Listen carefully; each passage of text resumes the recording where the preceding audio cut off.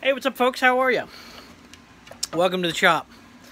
Today, we're going to be working on the old chainsaws. About a month or so ago, I had big tree fall down. Fell down, go boom. So, took out the fence. Big deal. I had a couple people that say, hey, you should file an insurance claim. I'm not going to do that. I'll just fix the fence myself. So, but what I did have to do was buck the tree up, and I got firewood for hopefully this winter. Hopefully it'll dry out. But today I wanted to shoot a video on what you need to do and kind of to store any chainsaw, really. I like Husqvarna. I've tried Stihl. My first chainsaw was a pull-in, which is owned by Husqvarna. It's kind of their really low-end, cheap saw for a guy that's wants a chainsaw but doesn't want to spend money for a chainsaw and really doesn't kind of use a chainsaw. But, so, I run Husky. Love it. I've always loved it. I prefer them over Stihl. There's just my personal preference. But what I wanted to show here today was beyond sharpening the chain, what we kind of really need to do to store these, this power equipment that we have. So I'm only going to work on one saw today. That's my 550. That's my my Excalibur, as I call it. Rubble, moon grown. The 550 XP. Absolutely love this saw. It's got a 16-inch bar on it. I want to move it up to an 18-inch bar. It'll handle it, no problem. And I run a, what am I running on these days? I am running a Oregon LPX chain, full chisel. Full comp chain. I love it. Works very well. Like I said earlier, I'm not getting into filing the chain. After the day that I'm, at the end of the day, when I'm done with the saw, I'll get out my file and I'll file the chain. For the simple reason that I've always been taught that at the end of the day, you get your tools ready for the next day. So this just happens to be a backup file itself. You can get these. They are different diameters for each chain you get. Hang on just for half a second.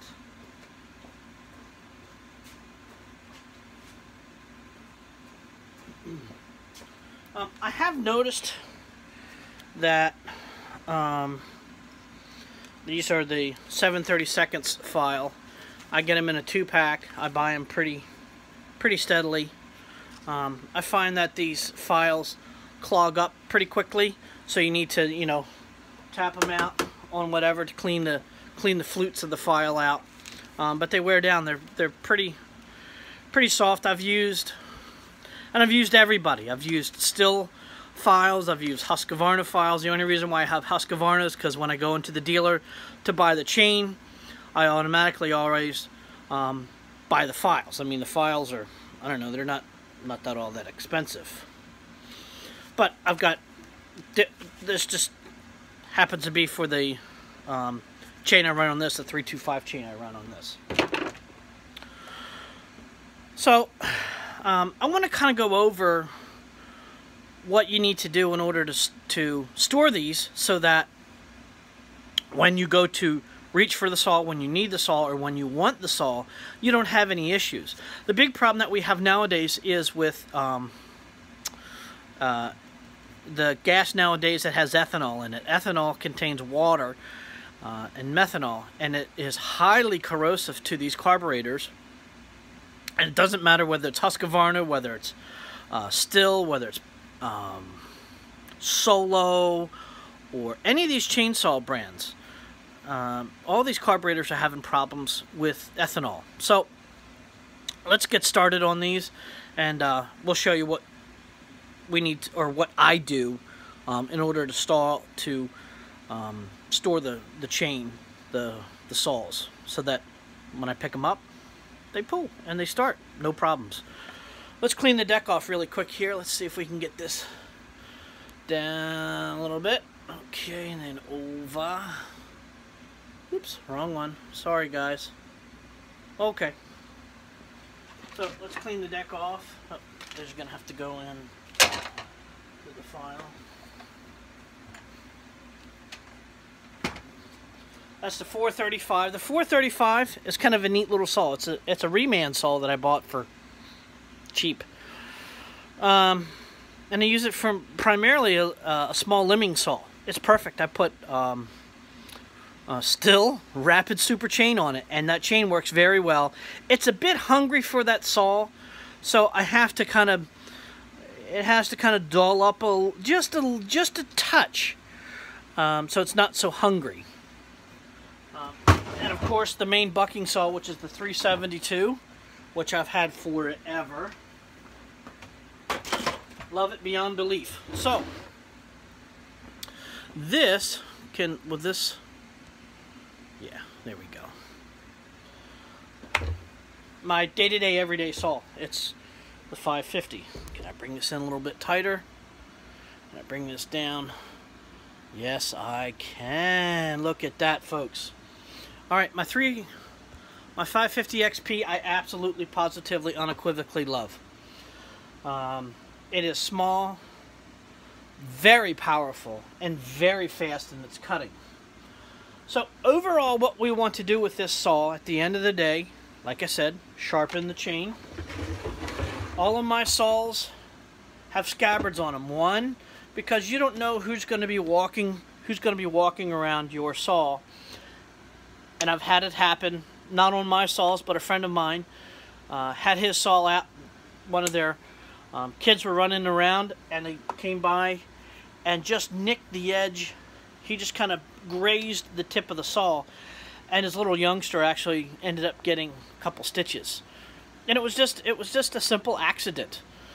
So I like to leave a scabbard on my chainsaw at all times. One, it keeps an accident from happening, and two, I don't know what's you know, when I transport it, what it hits. So I've taken great pains in order to make sure that it's nice and sharp, and I want to keep it that way. Secondly, I want to take an overall inventory of the saw itself. Does it have all of its safety features that are working? Is everything nice and tight on this thing? Okay, what am I missing? Okay, I happen to, at the end of the day, lose one of these air cleaner hold downs. So I'll go into the Husky site, I'll go to my local dealer, which is Jack Small Engine, and I'll talk to Ron, say, Ron, 550, I need an air cleaner hold down clamp, please go get me one. If he doesn't have one in stock. They have so many parts in stock. So I noticed that that's going to be an issue. So let's take, but all the other safety features tend to work.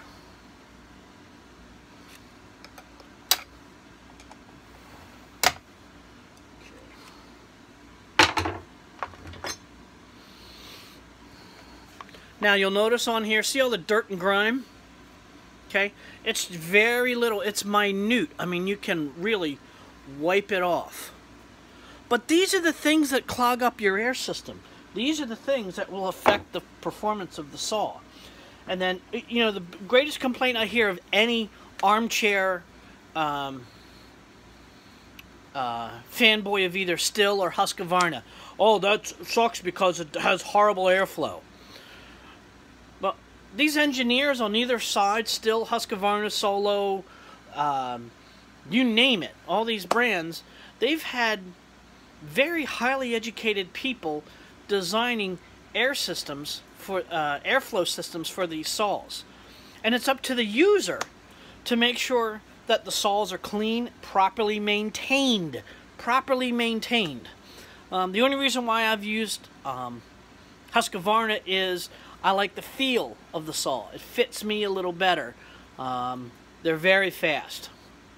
And again, if I've not said it before, the dealer interaction and service that I get is top notch. So you could have the best saw on the planet, but if your dealer sucks, okay, if you can't get customer service or parts, saw's worthless to you. Anything. So let's go through. So I want to make sure that I have compressed air. You might hear the compressor kick on, but I want to blow the fins out, the cooling fins.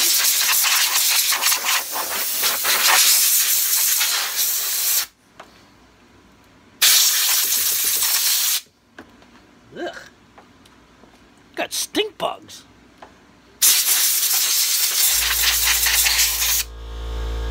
I think the last thing you want to do is be cooking stink bugs.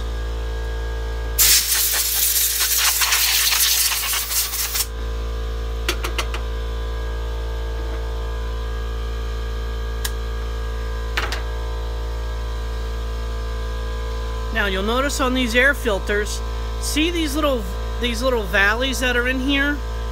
They're very clean, but if you notice at the bottom, see all that gook at the base? We can clean all that gook out.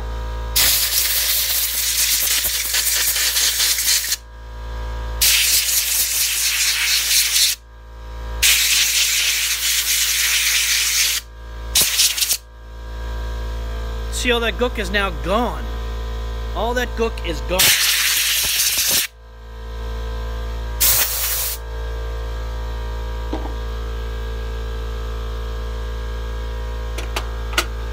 All right.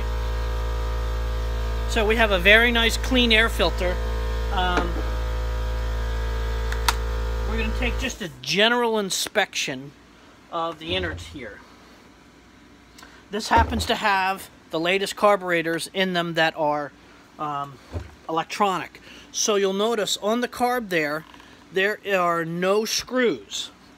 On the inside of this cover here, there's a little stink bugs, I hate them. There's a little computer, and what the computer constantly does is it will monitor all the air and fuel mixtures so that you have correct, the most efficient, both Stihl and Husqvarna, Solo, all of them. It's been EPA mandated, and that's as these manufacturers are trying to roll these out. I don't think people understand just how much abuse that these little computers that they have to stick in with vibration have to stand up to. So everybody has had issues with them. So I want to make sure that everything is nice and tight, everything is as clean as it can be. I'm going to stick the air filter back in because that's nice and clean. No tears, no rips, no staining. You'll notice that if you have an issue with these, with your saw, you might have some staining that's on the air filter that will rear its ugly head. I don't know if I have a scrunch for this or not, so let's,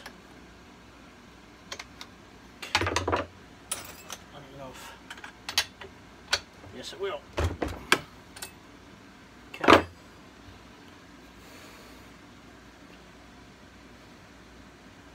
Okay. Sorry, I had a little low battery.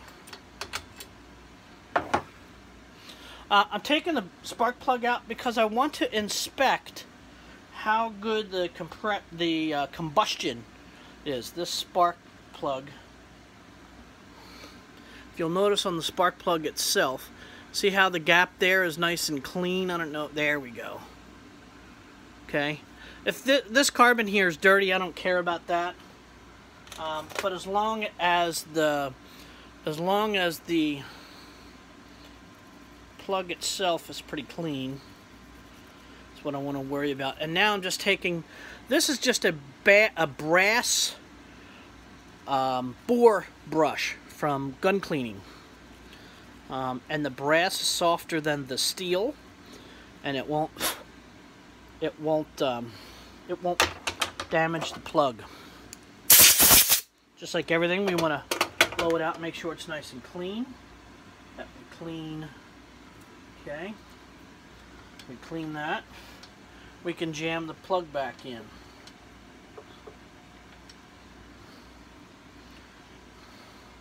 Now, I'm not a pro, don't claim to be a pro, don't want to be a pro.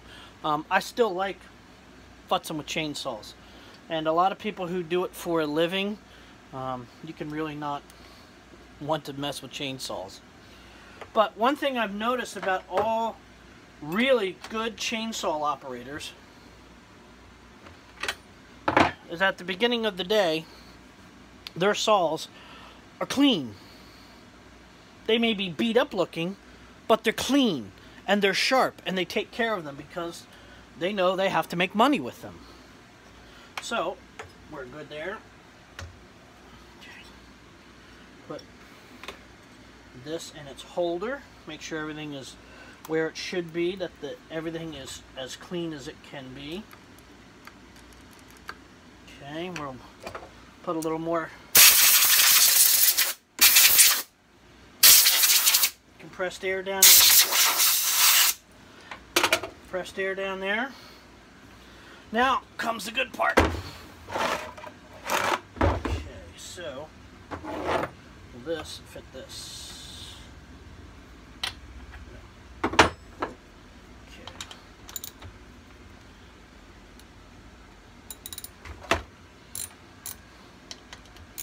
Man, these stink bugs are pulling out of this saw.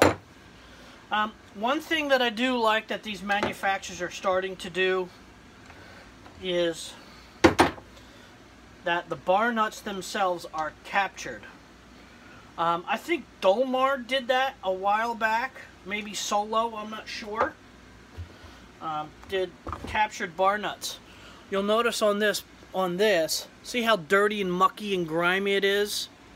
Okay, this is your internal brake. Okay, if you have a bunch of oil on here, your brake's not going to work very well. Do you notice that there's all this grime in here? Well, the reason is twofold for that grime. One, I ran a pretty dirty saw chain on here for a little bit because I was halfway through the pretty big cut through it and the chain was dull. That's why it's kind of like that. So we're gonna clean that. Ugh. We've got all kinds of fun stuff here. Okay.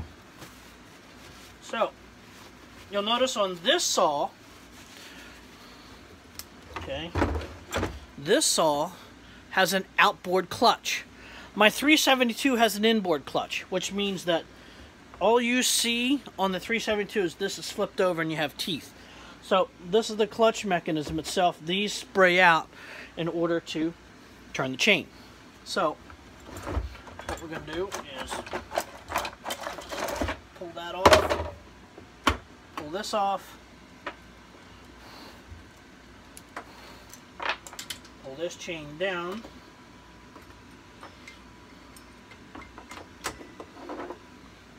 okay, and we're going to lay that over there. We're going to take the blade, okay, we're going to take the bar out, okay. Some people will call this a blade. It's not a blade, okay. There are two components, and as the old guy told me, don't ever call this a blade, okay. When you attach the chain to the bar, this combination of chain and bar becomes a blade. Okay, whatever. But he said, this chain and the bar separately are different components. So this is the bar, that's the chain. When you put the bar and the chain together, that's a blade. Useless bit of information. Okay, so what do we want to do? What are we looking for? Okay, we want to make sure this is still pretty grimy. Okay, see those holes? We want to make sure that these holes are clear. Okay, that the inside of the bar, I don't know if you can see that, is clean, the back of the bar. And that we also want to look down this channel in here and make sure that that is clean. Okay, that's where heat builds up. Yeah, I can take this. This is the only good part of the drone that's left. Okay, and we want to take this, okay, and clean. See how much gook is in there? Okay.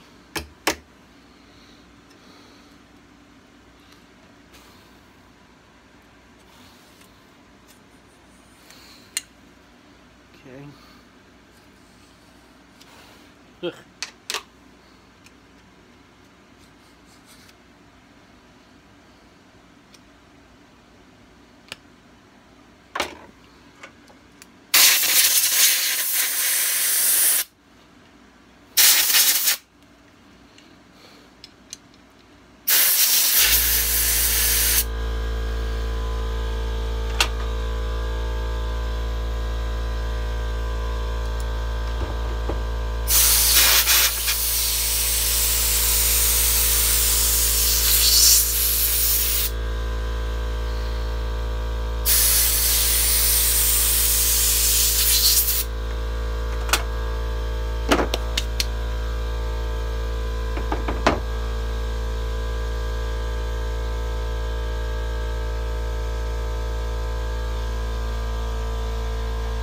I want to make sure that that compressor shuts off before I start talking. You'll notice, I don't know if you can see this or not. Alright, can you see that? This is the nomenclature of the bar itself. Each bar, whatever manufacturer, will have this stamped on it. And this just says that this is a RSN-A 16-inch bar or 40 millimeter, 58 thousandths in its track. Okay, when they talk about bar thickness or the gauge, that's what they're talking about, is this little doohickey here. 325 cutting width between on the chain itself, is that happens to deal with the cutting itself, and it's model 92500. That's the model of this bar. There's a couple of things that you have to notice about a bar. This one has a removable tip. You'll notice here, okay, has a removable tip. You can pound these rivets out and replace the nose. Okay, so the bar itself can be separated from the nose itself, and you'll notice on the nose it will show you 0.325. That's the size of the chain. Okay, couple things we have to note about this. There is a teeny tiny wee bit hole in here. Okay, this is a greasable tip. Okay, you have to grease this. Okay, this nose that's up here, these gears have to be greased. Remember, this saw is running like, I don't know, really fast. What, 13,000 RPM, something crazy like that. This thing's running crazy fast. And you'll notice on the back of the bar, in order for this bar to be oiled correctly, what happens is you'll notice this little itty-bitty hole right here, and there's one on the other side, these itty-bitty holes. This is where, from the saw, it pumps the grease into the bar, pumps the oil into the bar to make sure that it keeps the bar and chain cool. Okay, that's why you put that in there. And that's why you want to make sure that this channel is clean so that it can effectively do it. You also want to look down the bar, okay? You want to look down the bar that it doesn't have excessive wear. Okay? You'll notice that there is a certain depth. Okay? When you put, they have a tool to do this. I don't get all that much use on it, but between the top of this and the inside of the channel, okay, has to be a certain depth. Okay? And that will wear down. Everybody will say, well, this bar is better than this bar. Whatever. iron into all that mess. So, make sure your bar is clean. If your bar is clean, okay, the excessive wear will not be there. Again, I have already taken this chain and sharpened it. It is a very sharp chain. And it is the proper prescribed chain. So, what I want to do is take this brake cover first. And you'll notice I have, I don't know, this is a very hard bristled brush. And I want to take all this crap out. Okay, blow all this junk out of here.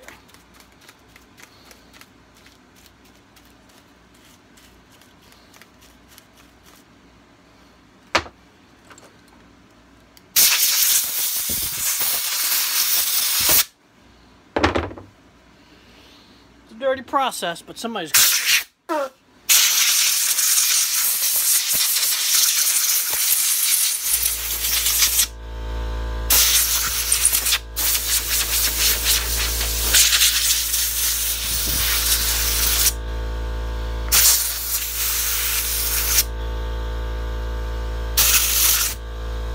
couple channels I like to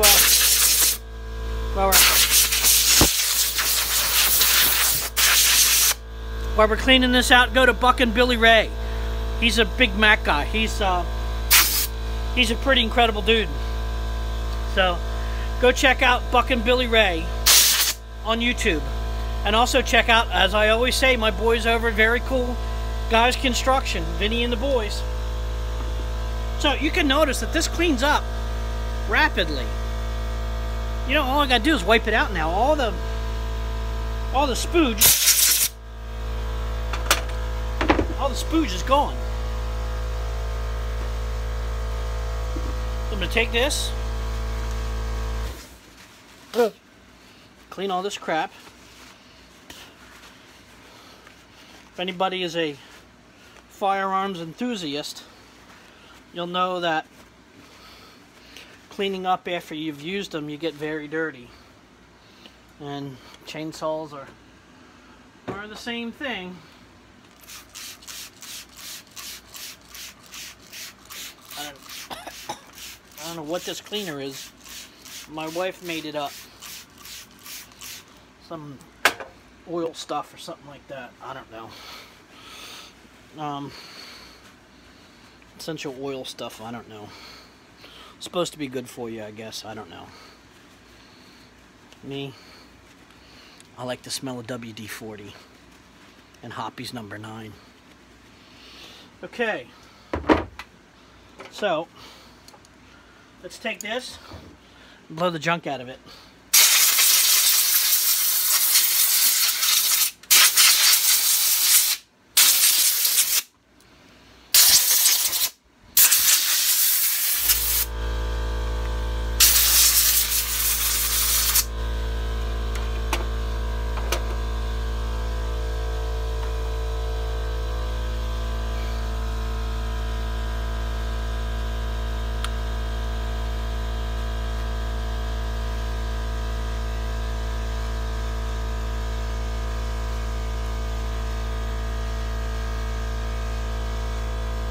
Okay.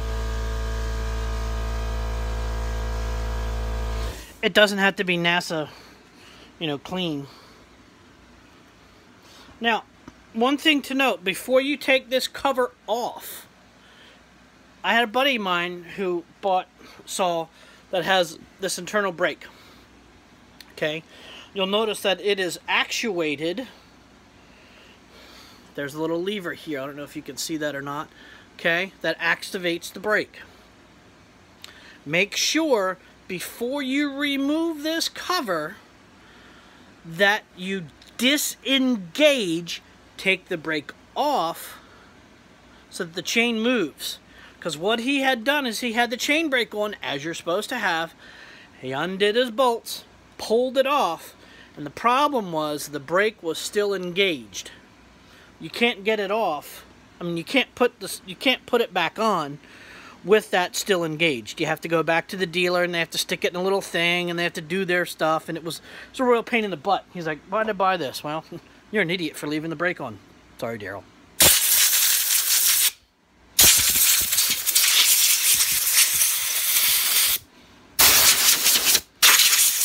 Okay, I think that's clean enough. I do like the look of that. Okay, so a little junk off of there. Now we have to get to the guts. Okay, that's all gunky. A friend of mine, I think it's her stepfather. I don't know. But it's the man that her mom is married to. I don't know what you call that these days. Father, stepfather. I don't know what that means today. But she calls him Gunky. So I don't know why that stood with me. But we have to take the gunk out of the saw. I don't know why. I don't know why it's stuck in my head. But this is just standard cleaner. Okay, I'm not really worried. We're not going to spray anything in here that is caustic. We're not going to spray brake clean in here. We're not going to spray WD-40 in here. We're just going to put a cleaner in here. Okay, something that'll agitate the grease off of there. Okay, so that we can clean this up nicely. Sorry. Okay. And we're just gonna look in here, make sure the oiler is clear. Look at these stink bugs. Get out of here. Any of the gook that may be in here. Okay. We're looking pretty good.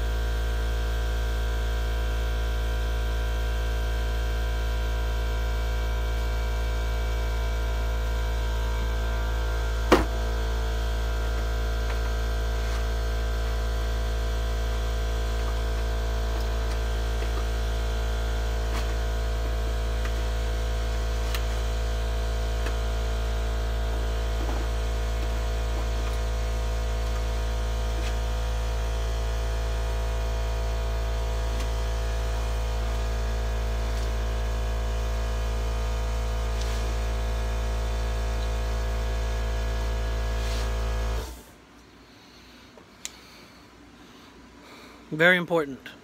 What is this? It's the grease gun. Okay? So you'll notice, if you're astute, you'll notice that I've put this bar in upside down. Okay? Every time I change a saw, I flip the bar. Okay? What's that do? Is it will lengthen the life of the bar itself. just by the wear characteristics on there. So I'm going to take this off of here. I'm going to grease the tip.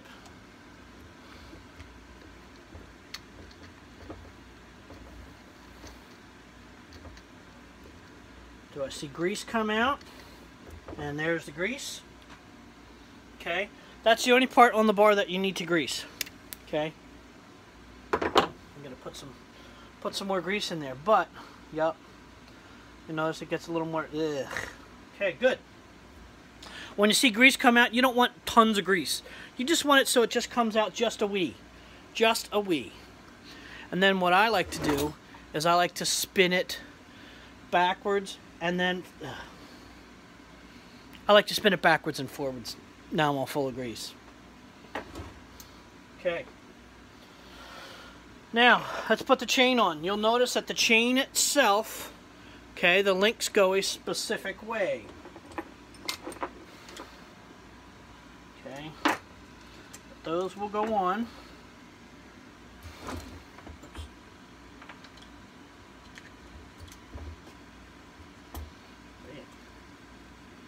Okay, now before you go to put your bar on, you want to make sure that you pull the bar and that you rotate the chain, that the chain will rotate. Okay, before you stick the cover on there, because it has to go on the sprocket itself. In behind of here is a little sprocket that I can't actually show, but a lot of crap on your face. Okay, now you want to make sure that that chain is in the sprocket itself. So we're going to pull this over. We're going to grab our clean cover, put it over it. Now, on these saws, the chain tensioner is right here for mine. I shouldn't have to adjust the tension, but for a little bit. So what happens is there's a little peg that's right here. So when you spin this screw, it moves this peg fore or aft. Okay. What happens is when the chain tends to stretch, you'll get sag in the chain. So what you have to do is you have to loosen the bar nuts, and then you have to tighten this up, which will take the slack out. So let's put the cover back on.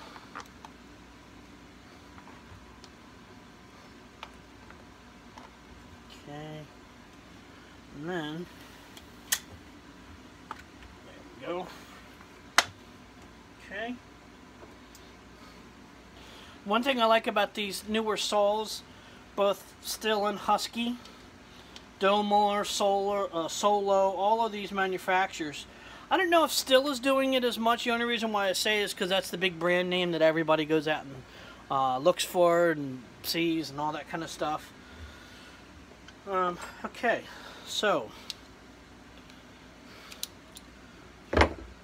this thing is called a scrench. Okay, this just happens to be the one for my, which one is this for? Backpack blower? I don't know. But they're all over the place. It's a wrench and a screwdriver. This just happens to be for something else. There's no screwdriver on there. But what I like to use is this. It's a lot more comfortable. So what we will do is we will tighten this little humbugger down. Just a tweak, because we have to adjust for the tension. And I like that tension right there. I think I might want to go up a skosh. This is a scrench. This just happens to be the one for this saw right here. Okay, so I'm going to tension this slightly. I'm going to take it just a tweak. I'm going to pull the bar up. Okay, make sure that it's up, because this bar will just do a slight tweak. And I want to take it just a tweak. Just a tweak. That's perfect. That's perfect. So the way to get good tension on your saws, okay, is that when you pull this, you're not going to pull it with a ton of force, but when you put tension on it, the sprags at the bottom of the chain, okay, that still move with there, won't fall out of the bar. and that this chain, okay, is tight. All right, you want to make sure that it is, you know, that you can move it. Yeah, and all you safety police out there, they're saying, don't touch it with your hand, you're going to cut yourself. Okay, okay. If you feel you're going to cut yourself with your own chain, then maybe you should be buying one of these saws. So, we want to make sure that that flows nicely, and it does. So we're going to tighten this down. One thing I do advocate, though, is when I'm tightening this, I put that on. Yes, I have not